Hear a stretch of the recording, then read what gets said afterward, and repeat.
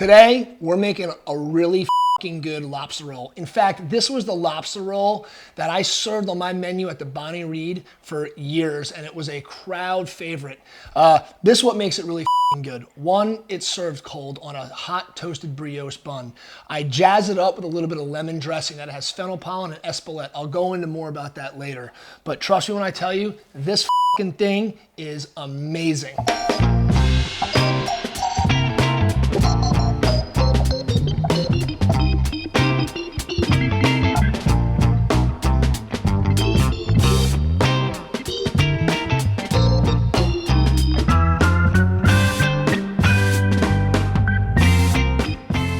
All right, so lobster rolls.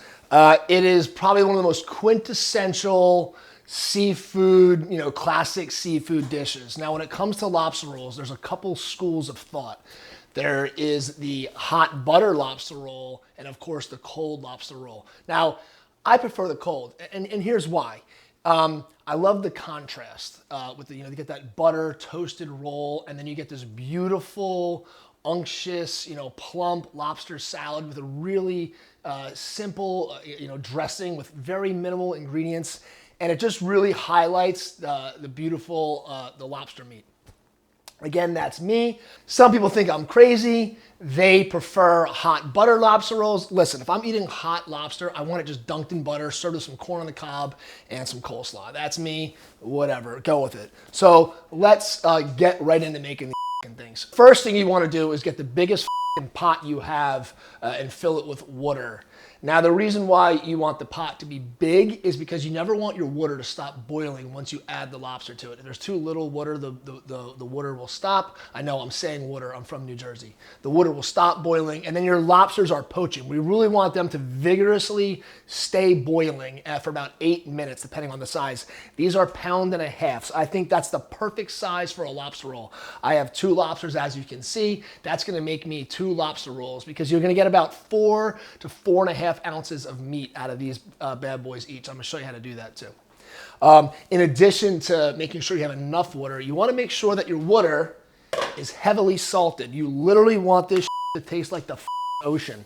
I learned that in a cookbook. Back in the day, they actually used to boil lobsters on the beach in the ocean water.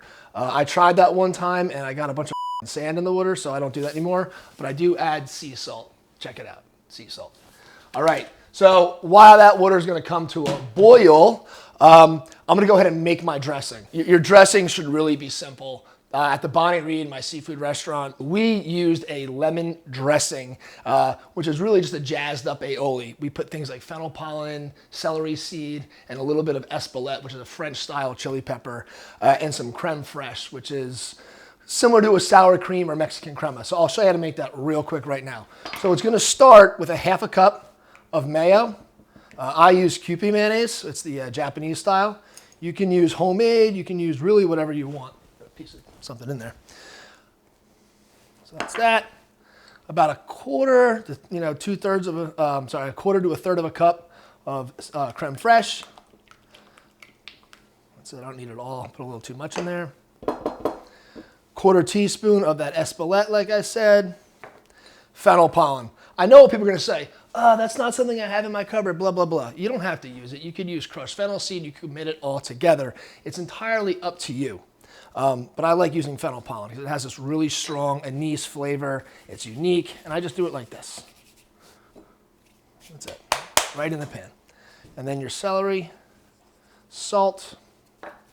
Now, lemon juice. Whenever I put lemon juice into any dish or any sauce or you name it, marinade, I always use the zest. The zest has all the flavor. So make sure that you're not wasting that zest. Get yourself a microplane, and I'm telling you, your food will become really fucking good just by doing that. Adding the zest, adding fresh herbs, using quality salt and pepper, really simple things.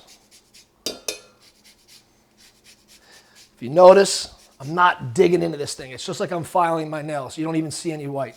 Trying to get as much of that lemon zest as I can. That's where all the oils are. That's where all the flavor is, okay? So make sure you're using that.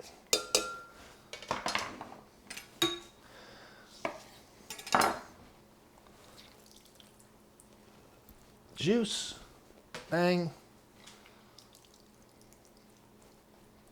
bang. Now I'm not gonna salt this just yet. I'm gonna wait until I dress my lobster. And that's it. And what's nice about this one is it isn't super mayonnaise-y. It's got this light, fragrant, summery flavor to it. And it's good year-round. And that's it. I don't want to drench my lobster meat in mayonnaise. I just want to lightly coat it in a very flavorful, tangy dressing, if you will. All right, so while my lobsters are boiling, let's get the bread ready. Now, there's a couple different types of bread that you can use. You can use just classic white, you can use brioche, you can use, challah, whatever you want. But classically, they are served on a split top bun, which is like a hot dog roll with an opening on the top. Now, I couldn't find any of those at the grocery store, so I'm gonna be honest with you. I've never done this before, but I'm gonna try to make my own with some braided brioche that I found at Whole Foods. But really, it's not that complicated. So I'm just gonna take, wow, it smells like a donut. There's no rules. You can totally just serve these things on a hamburger bun. It doesn't really matter. But I'm gonna do this because I'm feeling special today. Trim the end off, save that for breadcrumbs, something like that. Give yourself a nice, 2 inches. I don't need that bottom. Okay. I'm just gonna do a nice little, and that's where my lobster meat's gonna go. Damn, dude. It worked. Not that I didn't think it wouldn't work. Okay. So again, another really cool idea with this, you could use challah, which is, that braided, enriched dough. But there's so much butter in this that it's going to toast up beautifully. Wow. Okay. So I forgot to tell you this. I like to add a little bit of celery to my lobster salad, and here's why. It gives it that much needed crunch, that contrast. And celery really, beautiful, cold, crispy celery has this great, very unique, very distinct flavor, and it just pairs beautifully with lobster. So what we want to do is, you could dice it, you could, whatever you really want to do to it. I do like little slivers. It just looks nice in there. And I want to do, about 2 tablespoons per lobster roll. About a tablespoon per lobster. It's really whatever the you feel like. You want more, put more in there. But that's probably enough for my 2 lobster rolls.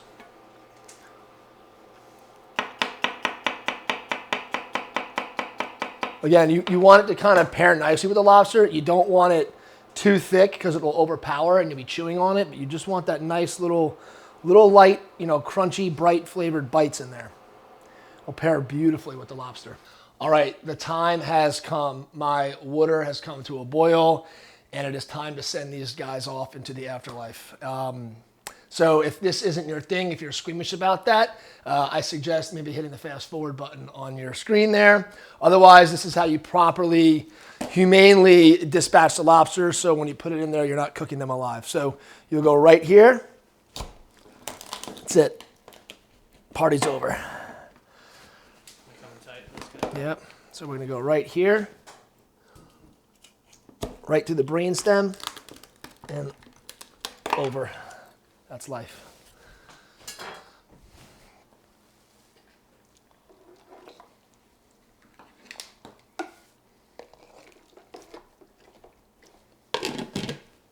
Okay, lobster's in 8 minutes. So one of the most important parts of this whole process is making sure that you have an ice bath nearby. That goes anytime you're cooking something hot, like boiling it, and you want to chill it, you have to have that ice bath ready to go immediately. Otherwise, the cooking process carries on and you overcook things. Think about hard-boiled eggs or vegetables, things of that nature. So anytime you're going to boil something and the purpose of it is to be served cold, you want to get it into an ice bath as quickly as possible. Have it ready to go. I've done this in restaurants where I start cooking something and I forget to get my ice bath ready. Next thing you know, I'm running around the kitchen like an asshole trying to get a bucket and some ice together. Again, the boiling process is optimal for this application because it keeps the meat plump. I find that when you're steaming, the meat tends to overcook, and it doesn't have that same fullness that boiling it in salted water would have. So my lobsters are almost cooked. Now again, I gave you 8 minutes as a rule of thumb. As long as you're within 8 to 10 minutes on these pound and a half lobsters, you're good. And then, every half a pound you go up, add 2 minutes. Again, I think you're better off slightly overcooking lobster. It is kind of forgiving within reason. It's much better than being undercooked and the insides don't cook properly, or you get some of that roe. It's kind of off-putting. So, but you'll know they'll be bright red. They'll be purging out some white protein out of them, and they'll be ready to go.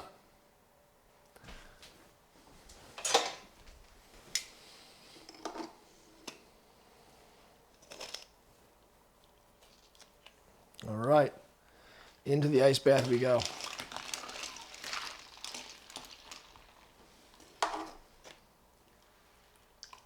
The ice bath will also make it much easier to handle. You try shucking these things while they're still hot.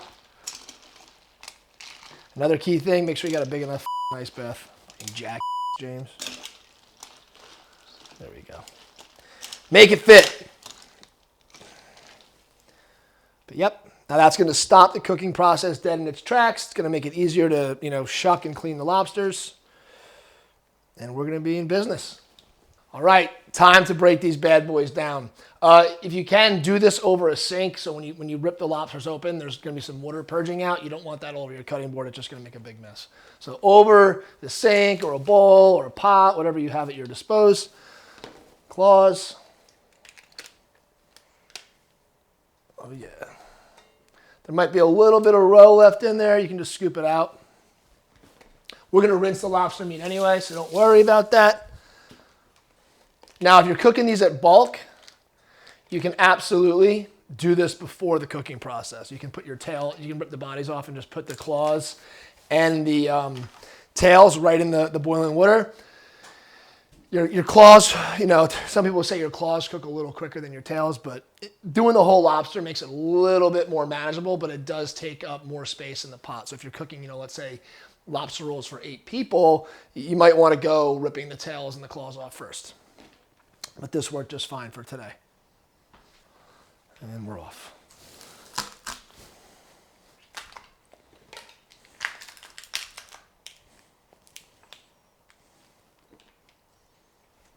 Boom. Boom. Right on top, kind of like you're going to give it CPR. You're resuscitating life.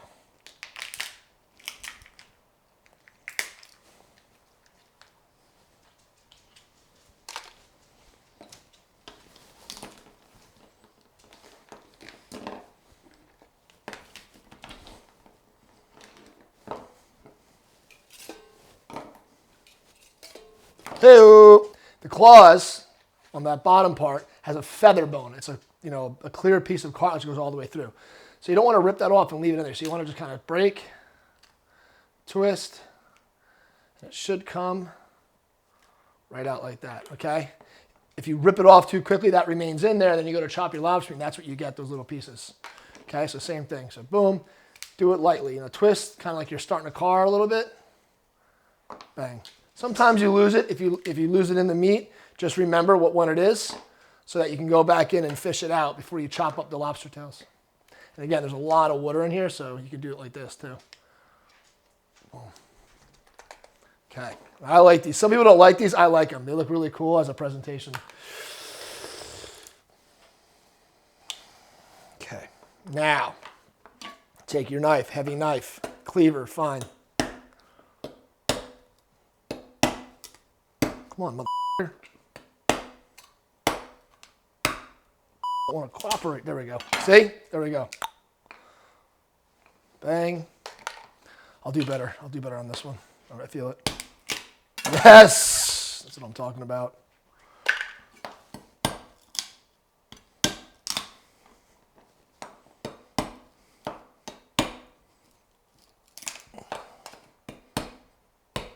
Hard shells this time of year, huh? Okay, just, there we go. Boom, boom. Now, with these, waste not, want not, okay? Invest in yourself, nice pair of kitchen shears. Japanese quality ones are a little bit better. Boom. These fucking things. Yeah, this time of year in the winter, their shells are so hard. Motherfucker. There you go.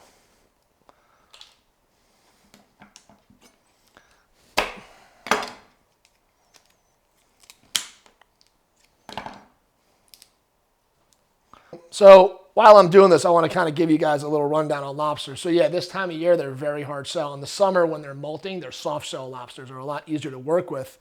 But the meat also isn't as tender. So, these harder shells, you're going to have a much better product. And make sure when you're buying lobsters that they're very lively, that they're not dead. Once shellfish is kind of on its way out, dying, the meat denatures and it begins to break down and get mushy. So you want really lively lobsters that are, really hard shell. I got these bad boys at Atlantic Offshore Fishery right down the street in Point Pleasant. My friend Mike hooked me up as he always does. All right, so lobsters are cleaned and out of their shell. Now I just got to kind of trim them up a little bit. Now, like I said earlier, I like 1 lobster per roll.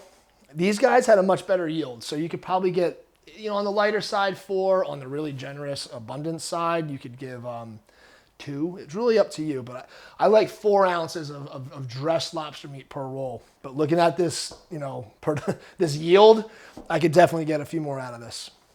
Anyway, so let's clean up our lobsters. So we're going to take this back off a little bit.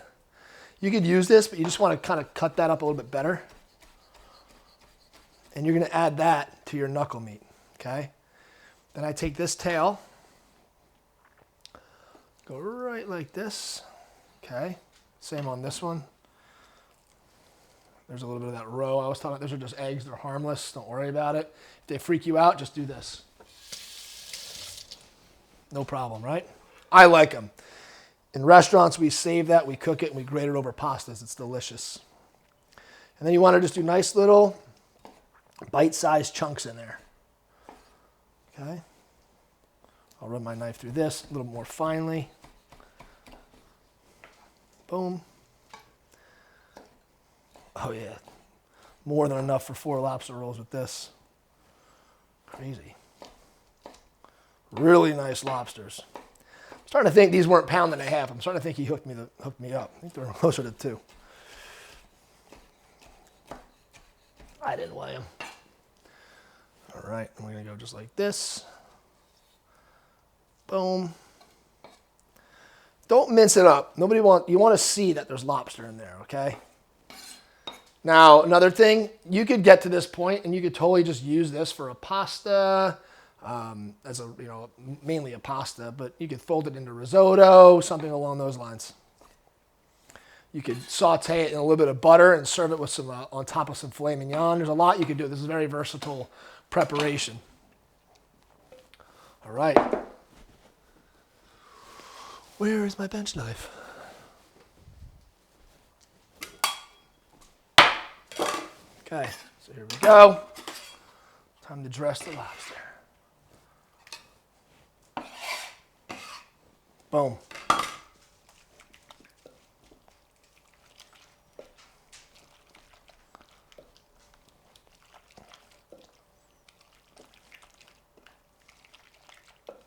Time to toast these buns. So, skillet, saute pan, cast iron, whatever you got. Let's get it nice and hot. Not screaming hot. We're not searing anything in there. We just want to toast the bread in a little bit of butter. Got our brioche rolls. Okay. Butter. There we go. That's the sound we want.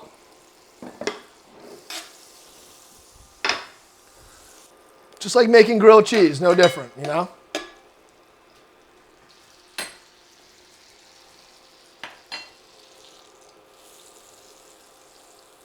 Move it around. Woo-hoo-hoo-hoo! That's what I'm talking about, baby. And what's nice about this bread is, as you can see, there's a lot of surface area. The round kind of split tops, they don't have that same surface area, so you can't get that toastiness on there the same way you can, making your own. A touch more butter in there. Just a touch.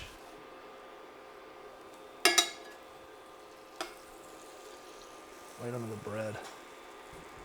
Yes, that looks good. Now, you can totally, by the way, while that's cooking, I can tell you something about this. You could absolutely, turn this off. You could absolutely make this, the morning of. Day before, it might get a little weird and watery. I like to make it, maybe 3-4 hours at max beforehand. But yeah, if you're entertaining, do this, around lunchtime, having people for dinner, in the morning for a pool barbecue, something like that, whatever you feel like. All right, time to make our lobster roll. Now, what will help hold your lobster roll up is some lemon wedges. I just one up, that's why I know this. Boop. Make a little lemon stand. Okay, hopefully that fucking works. We're just gonna open it up gently. You don't have to stuff it in there. Let your guests do that. Getting all carried away. Boom. How are we looking, Corey? It's delicious. Good. Boom. Boom. Okay, I like dill on my lobster roll. It's not the best dill on the planet, but it'll do the job. Bang. Celery leaves. These are great. People throw these away. They got a ton of flavor. You want to use the light yellow ones on the inside of the celery heart, not the bright green ones that are towards the outside. Bang. Just a couple of these. They taste good, they look good, they make you feel good. Boom. Okay, a little bit more celery seed on top. A little bit more of that espelette. And because I'm looking at it, a little bit of more lemon zest. Whoop. Bang. Give your plate a little wipe. All right. And that is it. Home run. Me up. Let's go. A little lemon juice.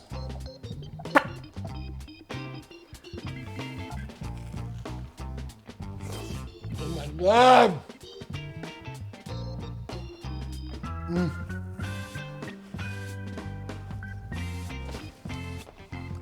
I miss these things. So good, crunchy, buttery.